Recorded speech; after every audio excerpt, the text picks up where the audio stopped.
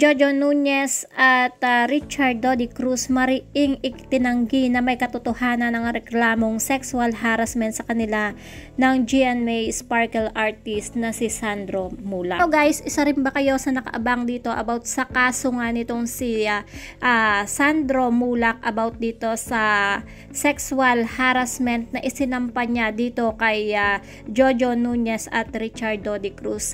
Eto nga guys, no, isang pagtanggi yung nangyari dito sa Senado. Mariing itinanggi nga ito ng dalawang independent contractors. Nitong Lunes guys, August 12, 2024, dumalo sina Nunez at Cruz sa pagdinig ng Senate Committee on Public Information and Mass Media. Makaraan silang padalhan ng subpoena noong hindi sila dumalo sa unang pagdinig noong Friday, August 10. Liwanag nga guys nitong dalawa na hindi sila umiwas sa investigasyon dahil daw sa takot na mahusgahan agad ay minarapat nilang hindi dumalo sa unang pagdinig.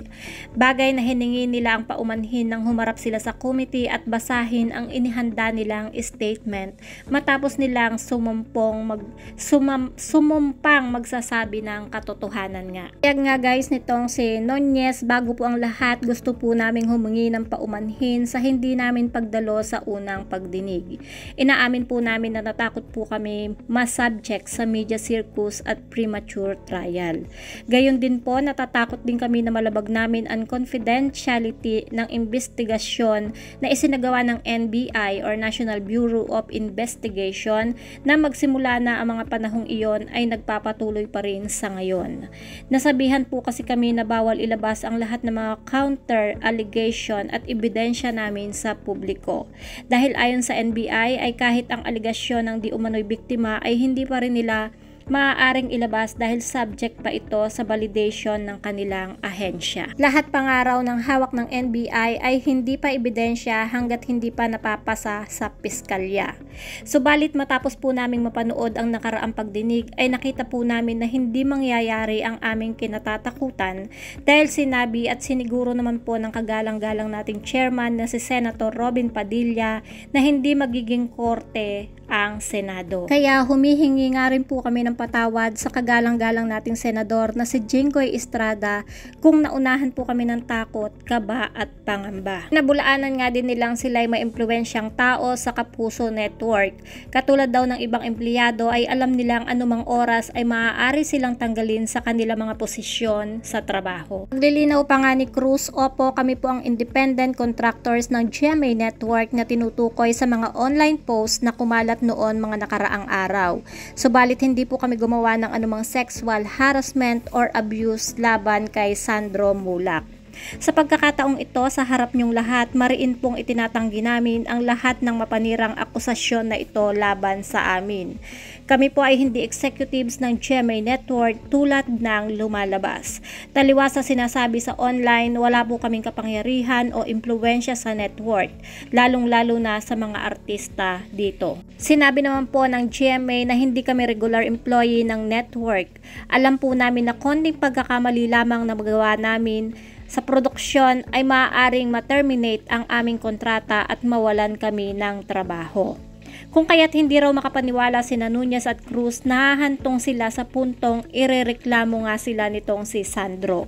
Kilala raw sila bilang magalang, malinis at may iniingatang pangalan sa entertainment industry. At ito nga raw ang naging sandata nila para tumagal ng halos 30 taon sa GMA7 at makapagbigay kontribusyon sa pamamagitan ng paggawa ng mga top rating television show at teleserye. At sa tinagal-tagal po namin sa industriya, wala po kahit na isang reklamo, sexual man or anuman ang nag-file sa amin. Kaya hindi po namin sisirain at ang iniingatan namin pangalan, karera at reputasyon para makapang-abuso o haras ng isang tao. Hindi rin nila maatim na abusuhin si Sandro, lalo na't alam nila ang maaaring gawin nito dahil sa impluwensya ng kanyang amang si Nino Mulak.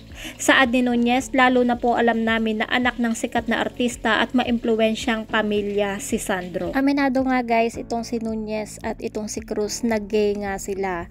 At ngunit hindi raw ito sapat na rason para makapangtapak, makasakit at mang-abuso sila ng kapwa nila.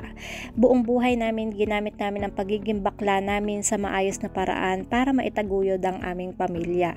Kaya napakasakit sa amin at sa aming pamilya na mabasa ang aming mga pangalan online na may caption na bakla o kung ano-anong masasakit at mapanirang puri na bansag at description. Diin pa niya, bakla po kami, oo, pero hindi kami mga abuser. Bakla kami, oo, pero hindi kami gumagawa ng masama sa kapwa.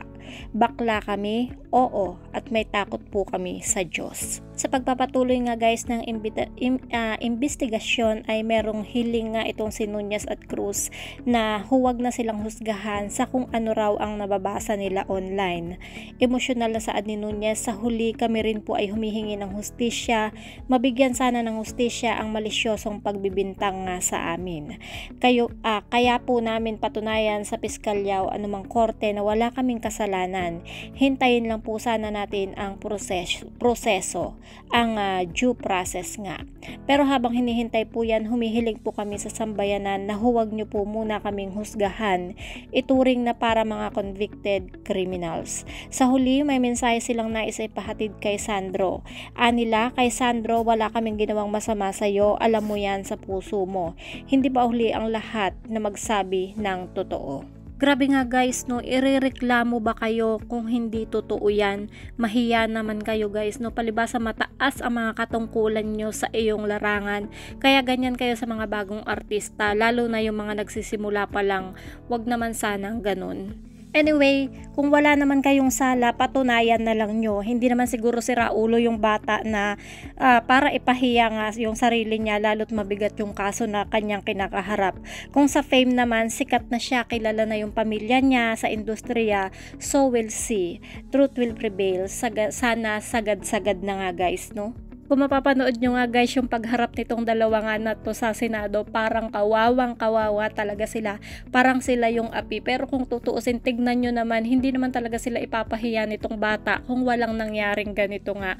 Kung walang nangyaring harassment. And anyway, meron bang aamin lalo na sa ganyang kabigat nga na kasalanan? Syempre wala, no, paninindigan nila yan kahit saan sila umabot to be clear their tarnished names.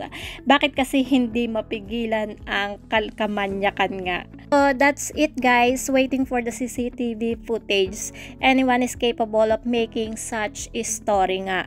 Di porket sinabi ay totoo nga ang nangyari. I'm still dubious about Sandro's revelation and his motivation. Nevertheless, I hope the truth will prevail. So that's it guys. Kayo, ano ang inyong masasabi about sa pagharap nitong dalawa nga dito sa Senado? Ano ang inyong mga masasabi? Just comment down below, at kung ano ang inyong mga reaksyon, i-comment nyo na yan. At kung hindi pa kayo guys nakasubscribe sa aking YouTube channel, kindly hit the notification bell, like and share. Maraming salamat. Ingat po ang lahat and God bless.